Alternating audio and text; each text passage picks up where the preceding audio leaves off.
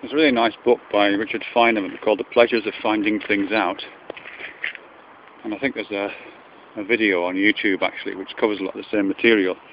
And it's fantastic actually. He talks about his life in physics really.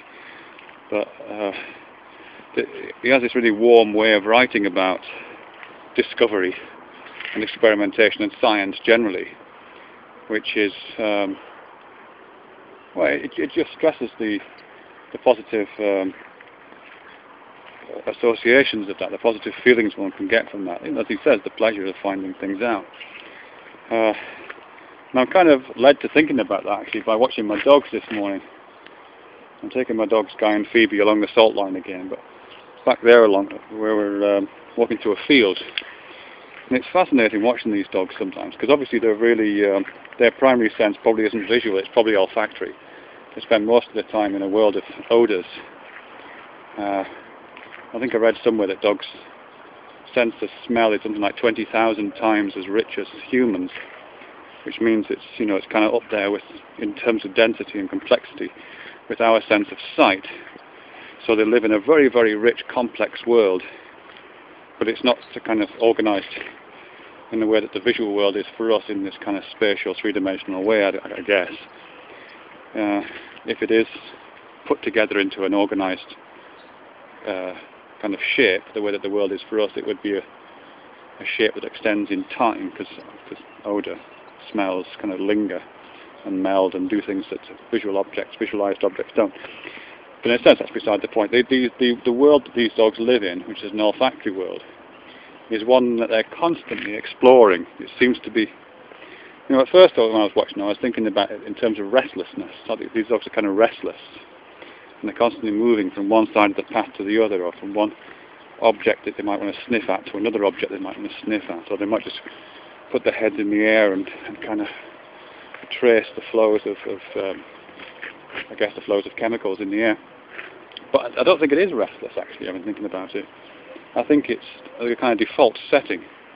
Their normal way of being, to the extent that you can talk about a dog's way of being, and I know I'm anthropomorphizing a bit here, but to the extent that they have a way of being, then there is a kind of normal psychology for them, a normal sort of sense of their being in the world. It seems to be characterized, at least partially, by this constant moving through this olfactory world and the constant kind of assembly of that world out of the various molecules that drift past their olfactory senses. So it's not so much that it's restless, I think it's more that it's normal. And I think if they were deprived of that in some way, I'm not quite sure how you would deprive a dog of that, but if they were deprived of it over a period of time, I think you probably would see stress kicking in. I think they would get, again, I'm just speculating here, but I'm imagining it would be kind of experienced, at that point it would be experienced as negative, not the kind of restlessness which they sometimes appear to be having in their regular lives. And the reason why that led me to talking about Feynman is there seems to be some kind of corollary of that with what it is to be alive and awake as a human being. We don't go around sniffing at things, at least not generally, though it is really nice when your wife or your girlfriend goes away to come across an article of her clothing. That's quite a poignant moment. But what am I talking about? Oh yeah, so we don't go around sniffing stuff as a rule, but I think we do have this kind of I'll say restless, this kind of restless urge to put the world together through the senses, and also cognitively, in terms of relatively conscious, relatively abstract theoretical ideas. And we're constantly sniffing around the objects of the world, trying to trace the patterns of movement that our senses seem to be providing us with, in terms of all sorts of theoretical ideas. And some of those theories are better than others, undoubtedly. That seems to be the case. Obviously we are putting things together visually. I'm looking around the world and I'm not the world isn't just lying out there passively. It's being actively constructed for me. in a very complex way. You know, objects are forming, trees are being formed by my senses.